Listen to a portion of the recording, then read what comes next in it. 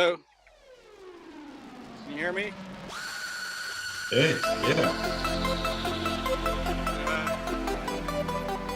Can you see me okay? yeah, I I made a mistake. yeah, I went to I ordered a latte from a place. I did a mobile order and I sent it to the wrong place. I was waiting and waiting and waiting, and then they finally I went up and asked if it came through, and they said I had sent it to they figured out that I had sent it to a different shop like a mile away. I've made that mistake before, like ordering food to the wrong branch of a restaurant.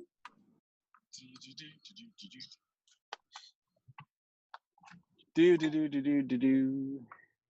All right, I'm in. I see. Just like you barely in the frame there. It's a good shot, right? Um. Ooh, that's Yeah, a good shot. That's a good shot. it's a better shot. That's a great shot. Yeah, Looks hard. yeah, I could do this for a little bit. So did you get your portrait, our portrait painted? No, did you make a to-do list? Yes. Oh man, good for you. Great. The first thing on my to-do list is to write a to-do list. I want to see. So you never got the first item done though? It's, Um, it's just the one item left. well, I didn't do what I envisioned doing, so I'm not I'm it doesn't yeah. It's like I did spend like 3 minutes on it, but I'll do it again. I'll do it next week. I forgot what my task was. It's like to paint a portrait or something. You could go watch the podcast. Oh, I did. I painted the bottom lips of both portraits. The bottom lips. Yeah, but that's it. So I got plenty to do on that. Okay. I've only been to the studio once. Does it really express the mission of and vibe of pragmatic citizens? I did purple because it's a mixture of red and blue. Perfect. That's great. Yeah.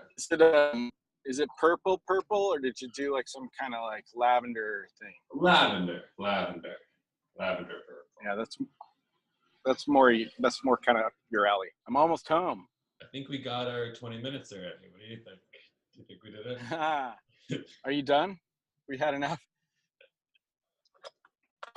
Woo! I'm in. He's in. How's it going? Fine. How you doing? Good. Doing good. Yeah. Yeah. Yeah. Yeah, I mean, I can complain. You could complain. I can complain, but everyone could always complain, right? Yeah, you can complain. I mean, who couldn't complain? Everyone can complain. I mean, I could complain, but yeah, things are looking sideways, What are you gonna do today? Well, Kat's coming back, so I thought I'd sweep and mop. Oh my God. And Have you let it go to hell? I mean, I wouldn't say hell. Like nothing's on fire. There's no damned souls. Are we done? This could be a mega short one. This could be like 45 seconds. Yeah. I mean, I don't know. Any news? Anything happening? Life's good. Yeah, really nothing's happened because I just been busy. I wonder why hiring managers don't go for the people that do half-assed applications. I don't know. I guess they figure if you can't even work hard in the application, you're probably not going to do what you're supposed to do at the job. Yeah, that's probably what they figure. Yeah. They might be right in most cases. Have you gained weight? I don't know. Have I? Why do you say that? My sister told me I look jowlier. That's funny. And now to get to the theme of our podcast today. Now that we've gotten through our introductory initial parts, we're going to be interviewing Kelcey Heatmeister Wilson. Is that your current middle name? Are you talking to me? Yeah, I'm talking to you. You're Kelcey Wilson, right? And this is the segment of the podcast where we interview you. No, that wasn't. That's not my middle name. You can still interview me. All right. So, first question is, what were you like as a child?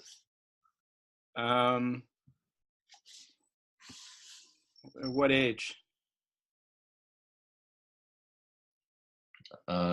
The interview I'm going by, the question just is what were you like as a child? Doesn't get more specific. Well, when I was 5, I was really cute, and I had blue eyes, and I was shy. And Next question: did you?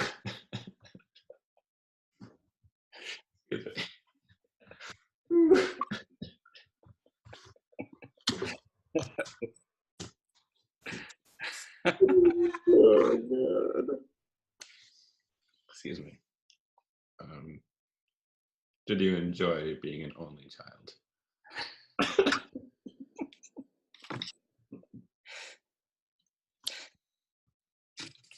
No, I always wanted an older sister, and to the extent that I kind of I invented one of my own, and like I made my parents like give an extra room to her, and like she had her own bed, had her own guinea pig once, and I would really pretend, I really believed actually that she was real, and I'm there. So it was kind of, I mean, you could say it's like I was so unhappy that I figured out a way to make it happy. Were you conscious of gay people?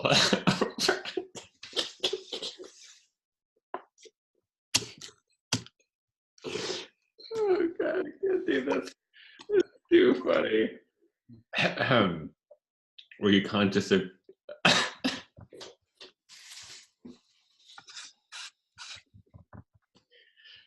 Feeling hard interviewing you.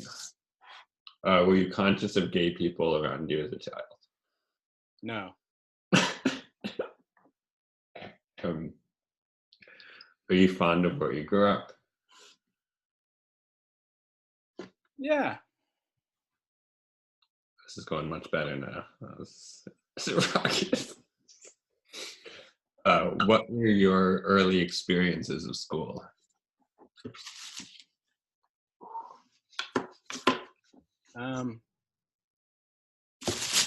It all went along pretty well till about, I don't know, 3rd grade or something. And I started getting in trouble for things, and I got a teacher that picked on me and stuff. Was it easy for you to make friends? Yeah. kind of. I don't know. Maybe. Seems like it. I had friends. How did you come to be?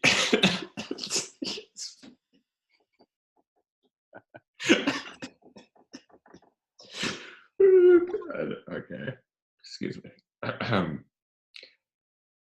How did you come to be? You have to do a lot of editing. It can be hard to edit this. Okay, we got this. How did you come to be? I can't do it. How did I come to be aware that I was gay? Is that it? Okay. Maybe if I text them to you, I won't laugh as much. Okay, yeah, you can chat them to me. To make it easier. All right. How do I? I'll read them out loud.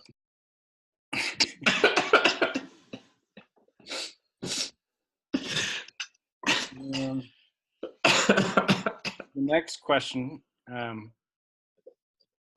is first. I don't know why first, but how did I come to be Paris editor of the Paris Review? Well, I started there. I started as an intern. Well, no, it wasn't an intern. It was a work study thing. I was in school and I needed to make some money, and I could only work 20 hours. But they quickly noticed my excellent French, and like within like 2 hours there, they made me editor, the Paris editor. Were there any women editors? Yeah, everybody else that worked there were all women.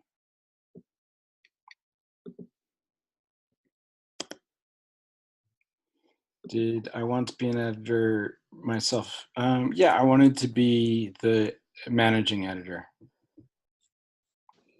Next question is, when you were young, say a teenager, did you ever imagine you would become a filmmaker, or was your focus on the other arts? No, I never really did imagine that. I think I imagined that my sister imagined that she would be a filmmaker. My imaginary sister imagined that she would be a real filmmaker, and I think I wasn't really interested in the filmmaking or the arts, really. I kind of wanted to be a race car driver early on, till I was about 12, I think, and then I decided I wanted to be an architect. So the whole filmmaking thing, I mean, that's a whole other story. It just came later. Oh, that's very interesting. Who were my literary heroes? Well,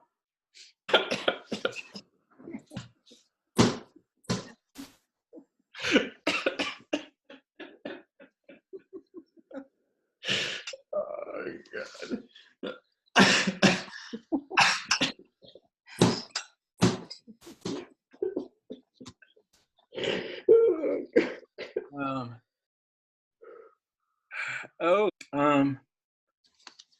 you remember the book called Harold and his Purple Crayon, or something like that? I do. Yeah, I love that book. yeah. I think that guy's name was Bloom or something. I don't know. That was my literary hero. Are you Nice. gonna look? That was awesome. You could alter reality with his mark. Yeah, Amazing. yeah. It really was. It's kind of mind blowing, really, because then it made you question reality. Because like he drew himself back into like where he was at the beginning, and then you're like, but was that real or what? They should do like a sci-fi like huge budget movie with Colin Farrell called Harold and the Purple Crayon. That'd be awesome. My God, that is absolutely, that should be done.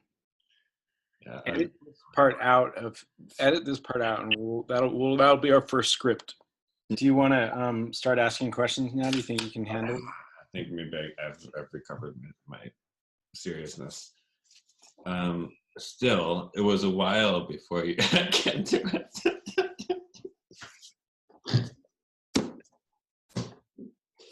I'm sorry, you gotta read the questions. It was a while before I made my first feature film when I was 46. That particular craft. Well, it all started with a flip phone. No, was it a flip phone? No, it was like a Palm Pilot or something. Some gadget I had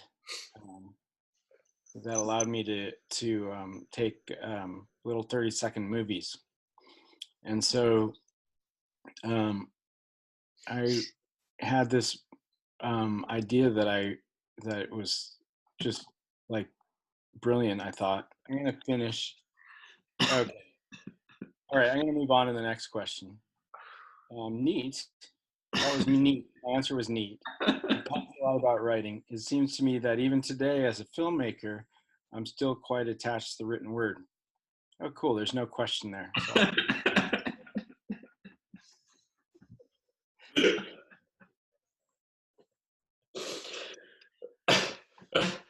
You don't talk about that. Oof. Oh, you'd like me to talk about that? Yeah. Yeah, I have like several T-shirts that have words on them, and yeah, I mean, I can understand why you'd think I'd be attached to the written word.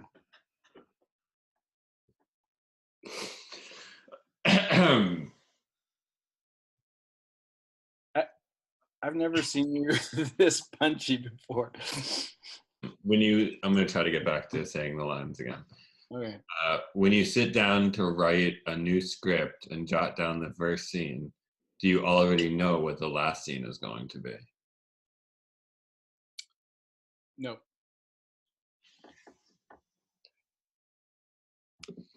That was a good question, though, right? No.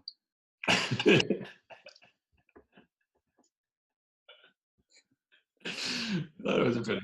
That's one of those boilerplate like interview a writer questions. What time of day do you write? What time of the day? Yeah. That's another boilerplate writer question. First thing in the morning. Did you know when you were a kid that writing was the job you wanted? Nope. Did you read books? Harold and the Purple Crayon. Who are your favorite writers? The dude who wrote Harold and the Purple Crayon. What people pointed you towards drama? Miranda Richardson. What made you want to write? Nothing. I hate writing.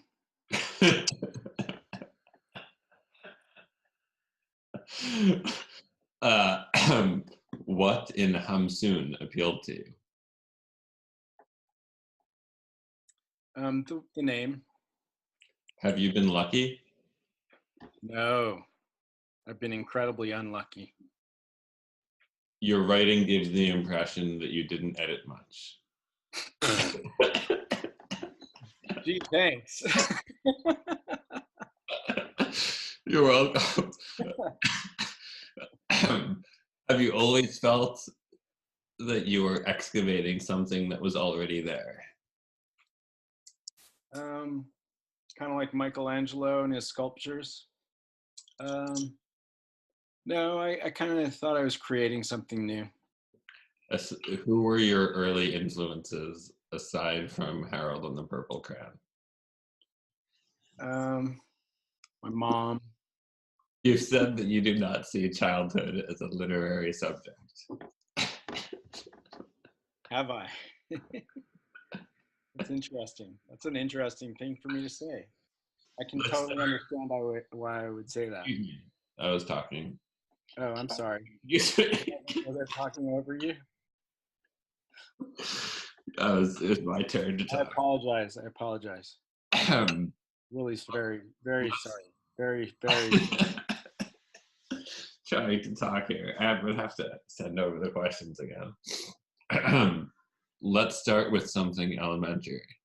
What is the first? I entered the university thinking that was what I wanted to do, to be a writer. No, I entered the university wanting to be an engineer. I sent you a question. Oh. What am I working on right now? Well, it's going to be a departure, really. I'm going to create a party.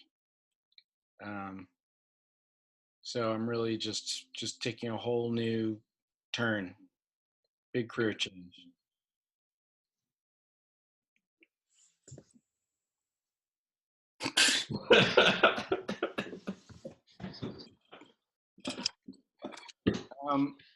Can I tell you about my editing process? Like you said, I don't really edit. Everything I say just goes straight to the page and comes out perfectly as far as I'm concerned. What happens if my theory shifts? Am I stuck saying, oh God, I have to change my point of view completely? That could get frustrating. No, I like that. I feel like when my theory shifts, it's always because I've learned something that's more true. Do I get feedback from anyone else during the edit? I don't edit. What about my family? Are they involved along the way? Nope. Does it get lonely? Yeah, it gets lonely.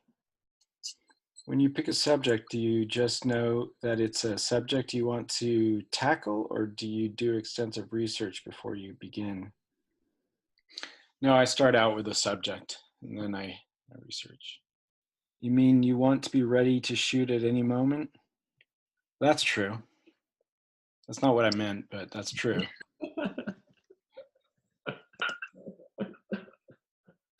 How do you know you've gathered enough material? Is there a moment that comes and you just say, that's it, I'm ready?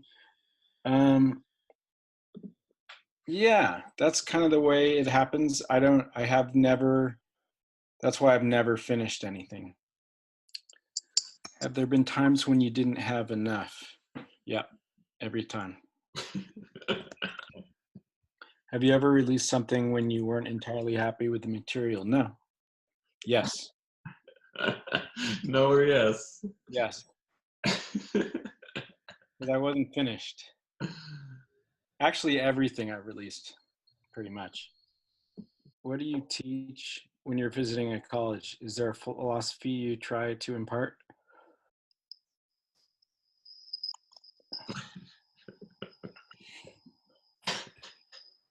Next question. Yeah, next question.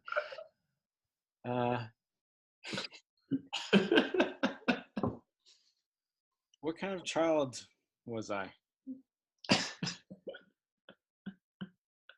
I was super cute. Is it true that when you left home, your family gave you multiple copies of the same book? No, that's a dirty lie. Okay. That was a great bit. Okay. Too funny. You can keep it going if you're still entertained. We could go until you can read the lines without cracking up. Did you feel alone with the work, utterly adrift? Those are two separate questions. Did I feel alone with the work? No. Utterly adrift? No. And yes. Is that what stories are to you? Secrets? Not going to say. You tend to mistrust the literal. How do you conceive stories? Do you start with metaphor? I conceive stories entirely with my mind. So, back to Florida, early 1970s.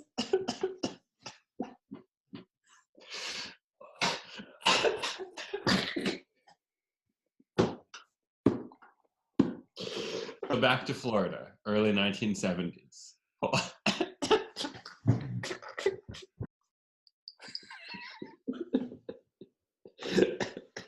So back to Florida, early 1970s, holed up in a rented trailer.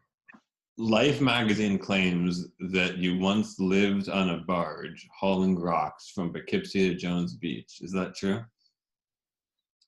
I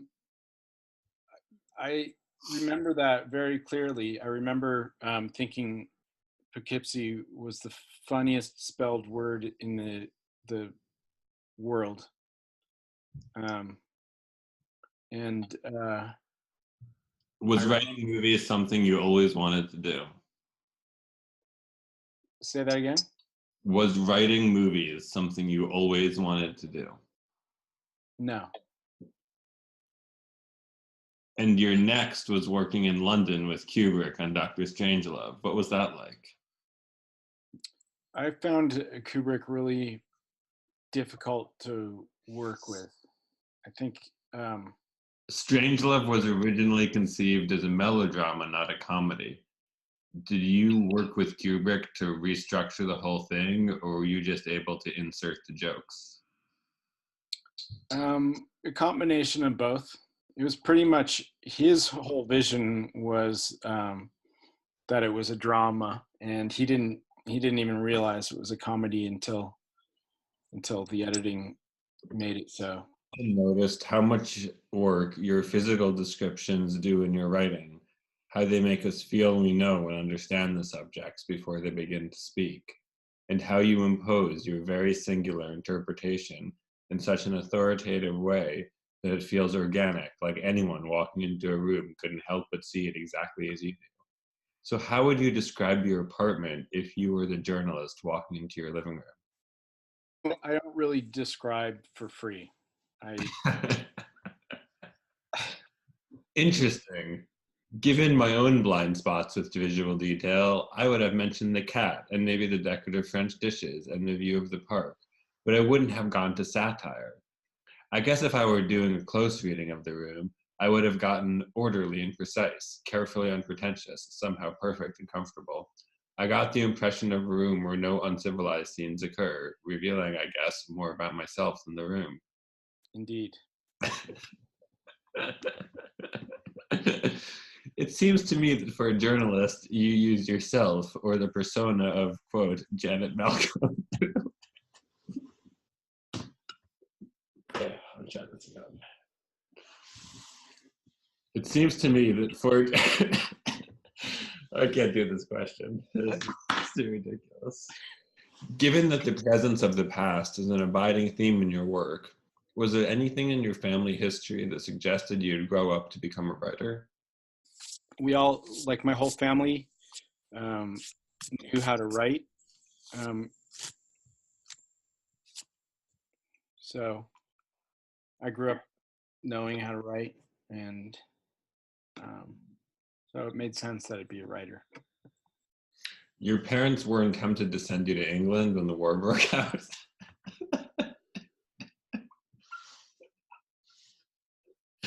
Excuse me for laughing. It's a very serious subject.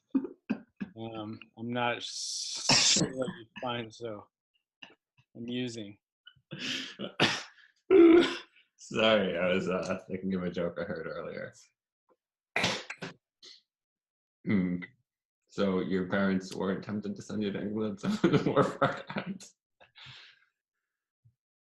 I didn't understand the question. Your parents weren't tempted to send you to England when the war broke out?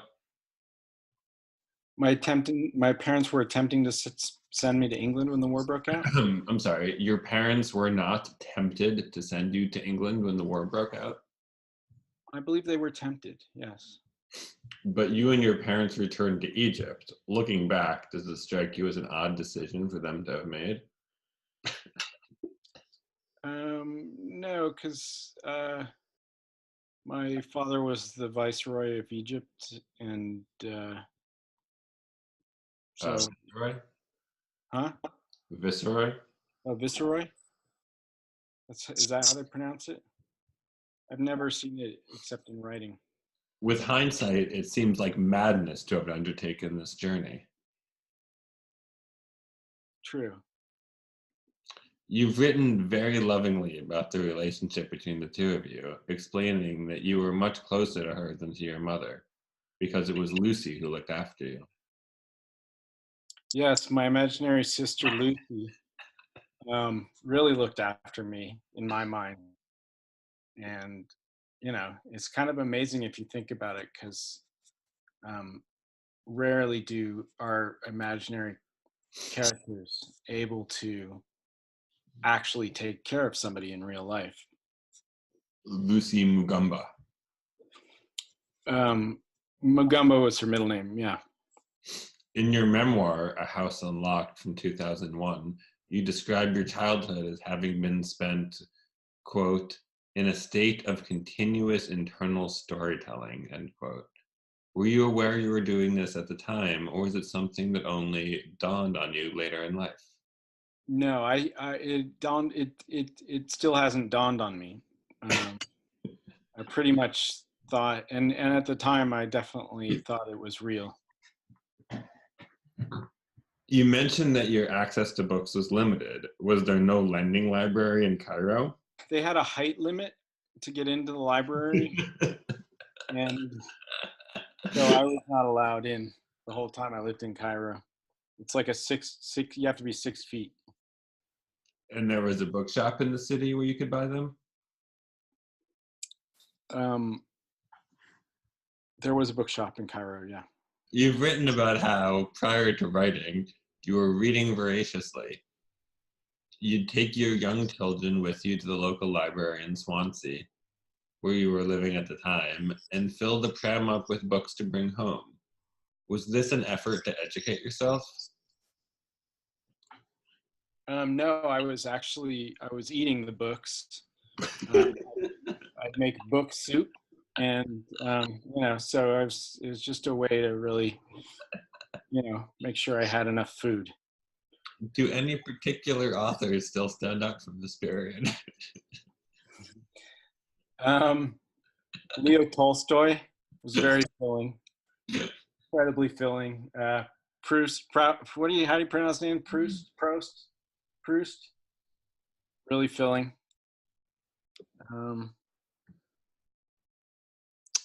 Bible was good eating. A little dusty. You were an undergraduate here at Cambridge. Tell us about your work with the scholar and poet Donald Davy. It was a purely sexual relationship. Did Davy introduce you to any younger poets? He tried to get a threesome going once, but I resisted that. These are the poems in Force of Circumstance, your first book. What were your initial impressions of Allen's 1960 anthology, New American Poetry? I was jealous, mainly, because I think he's a third-rate editor, and so I didn't talk to him for like a year out of spite. The cliche is to end an interview with a question like, what's next for Kelcey Wilson? I thought we could ask that question in the middle of the interview. You're working on a book about dogs, aren't you? Oh, shit. I think this interview is almost over. I think this is the last question. And yes, I'm writing about dogs right now. That's a lot. That's half the interview you don't want me to do. Maybe next episode. There's Bye.